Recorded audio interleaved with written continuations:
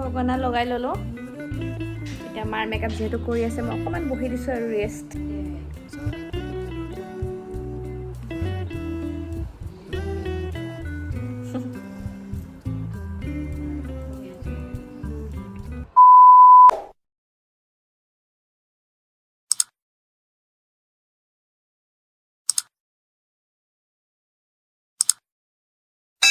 Hello' viewers, welcome back to my YouTube channel. আশা কৰোঁ আপোনালোক সকলোৱে ভালে আছে।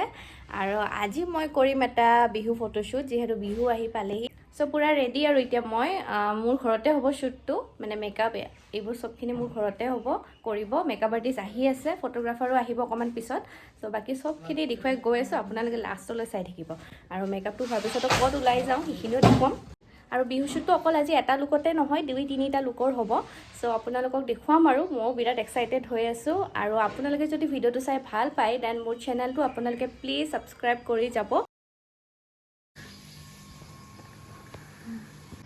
এয়া মেকআপ আৰ্টিষ্ট চুমি আহি গ'ল। এতিয়া মেকআপ ষ্টাৰ্ট হ'ব আৰু।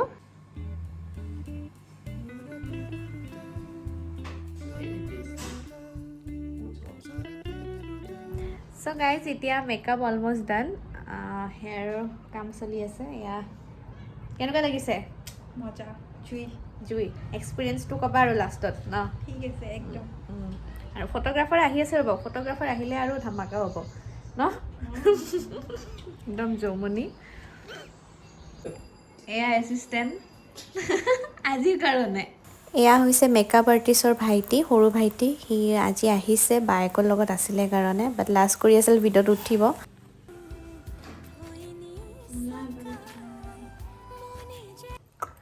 মেকআপ ডান, জুৱেলাৰী আনি আছে, ফটোগ্ৰাফাৰ আহিয়ে পোৱা নাই। এতিয়া মাকো মেকআপ কৰি দি আছে বায়ে। এয়া গগনা লগাই ল'লোঁ। এতিয়া মাৰ মেকআপ যিহেতু কৰি আছে মই অকণমান বহি দিছোঁ আৰু ৰেষ্ট। শ্বুটটো আগৰ পৰা প্লেন হোৱা নাছিলে মা আৰু মই কৰিম বুলি, বাট ফটোগ্ৰাফাৰে ইমান লেট কৰিলে। এণ্ড তেতিয়ালৈকে মানে মোৰ মেকআপ কমপ্লিটেই হ'ল। তাৰপিছত মেকআপ আৰ্টিষ্টেও ক'লে যে মাকো মেকআপ কৰাই দিয়ে বোলে, দুজনীৰে ফটোশ্বুটো হৈ যাব বিহু বুলি। দেন লাষ্টত ময়ো ক'লোঁ যে ঠিকেই আছে, ভালেই হ'ল। তো ধুনীয়াকৈ মাকো মেকআপ কৰাই দিলে, মোকটো কৰাই দিলে, এয়া দেখিছে। আৰু এয়া যে মই পিন্ধিছোঁ অসমীয়া জুৱেলাৰী, এয়া হৈছে দুগদুগীৰ।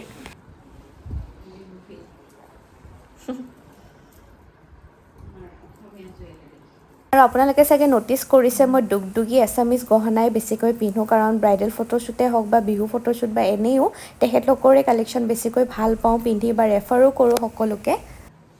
গাইজ ৰেডি, ফাইনেলি জুৱেলাৰী আহি গ'ল। এয়া আহি গ'ল ফটোগ্ৰাফাৰ উজ্জ্বল। কেনেকুৱা লাগিছে কোৱা মাক আৰু মোক? ধুনীয়া, একদম ধুনীয়া, পাৰফেক্ট। এইমাত্ৰ কি কৈছিলা ব্লগটো নোকোৱাৰ আগত কোৱাচোন? মানে তোমাতকে আন্টিক বেছি ধুনীয়া লাগিছে। সেইটো হয় দিয়াচোন। মা ফুলি গ'ল। আৰু তোমাৰ নাম কি হয়? বিকাশ। অ'কে। চ' মা আৰু মই ফাৰ্ষ্ট ফটোজবোৰ ল'লোঁ, ধুনীয়াকৈ উঠিলোঁ। তাৰপিছত এয়া ৰীলৰ কাৰণে কিবা কিবি শ্বটো ল'লে ফটোগ্ৰাফাৰে। আৰু ইফালে ইমানে গৰম, সেইকাৰণে ৰুমত আকৌ আহি গ'লোঁ, ৰেষ্ট ল'লোঁ অলপ। 3 ঘণ্টামান বহিলোঁ ন মেকআপ। চ' এতিয়া স্কুটি দি মেকআপ আৰ্টিষ্টৰ লগত ফটোশ্বুটৰ লোকেশ্যনলৈকে গৈ আছোঁ। ইফালে চোৱা। এক ছেকেণ্ড হা উজ্জ্বল। চ' এতিয়া মোৰ মেইন ফটোশ্বুটটো কৰা হ'ব ইয়াতে ফটোজ, ৰীল যিমান যি লাগে আৰু চবখিনি ল'ব।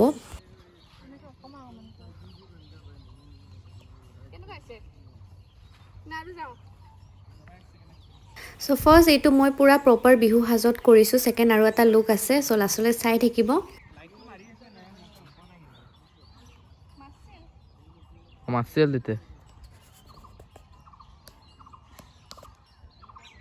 আৰু বাপৰে গাইজ ইমান ৰ'দ দিছে নহয়, তথাপি আৰু শ্বুটটোতো কৰিবই লাগিব। ইমান ধুনীয়াকৈ সাজি কাচি লৈছোঁ। আপোনালোকেও চাব, লাইক কৰিব, কমেণ্ট কৰিব। কষ্ট কৰি ব্লগটো বনাইছোঁ।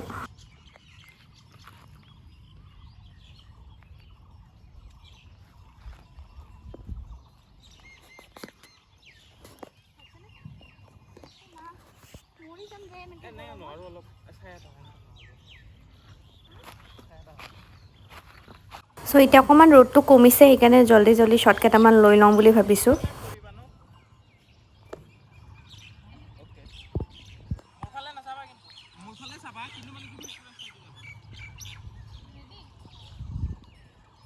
এখন ধুনীয়া হৈছে দেখো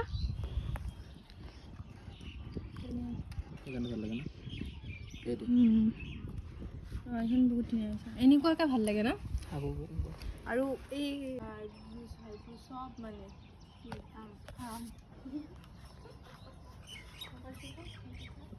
হ'ব ইমান নালাগে আৰু চব ঘামিছে গায়ব হৈ যাব ৱাটাৰপ্ৰুফ নাই ৱাটাৰপ্ৰুফ পিছত গম পালে মেকআপে নকৰিলোঁ গৰম যে গৰম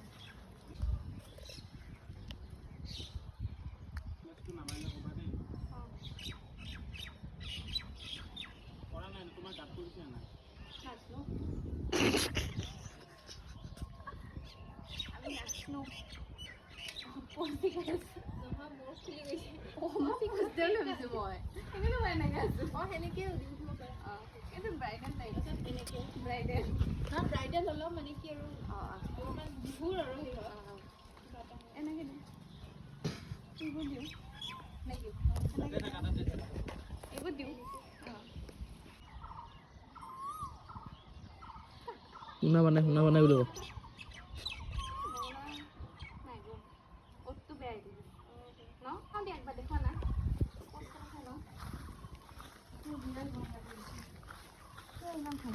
মই যে কৈছিলোঁ কেনে ইন্দৰ শ্বুট অঁ বেয়া লাগে এইবোৰ ডিলিট কৰবা দে জল্দি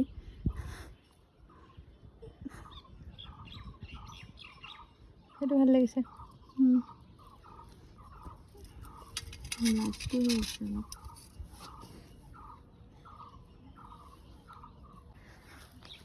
এইবোৰে কৰিছে চব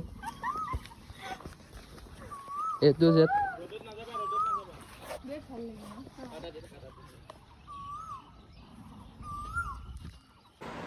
চ' গাইজ ছেকেণ্ড লুক ব্ৰাইটনেছ মানে লাইটটো অকণমান কম তেতিয়া হয়নে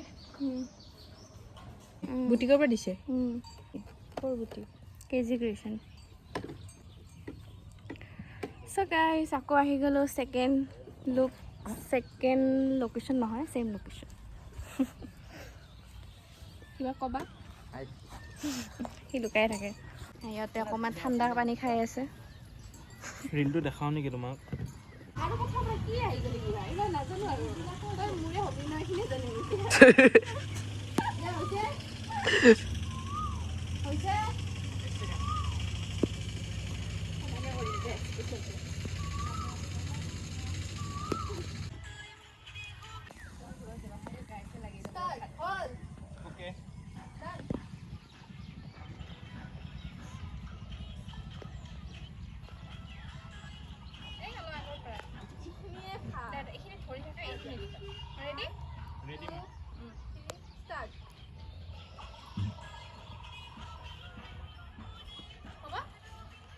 গৰম লাগছে গাইজ গাইজ মানুহবিলাকে এইবোৰ চাই ছাবস্ক্ৰাইব নকৰিব গাইজ গাইজ ছাবস্ক্ৰাইব কৰি দিব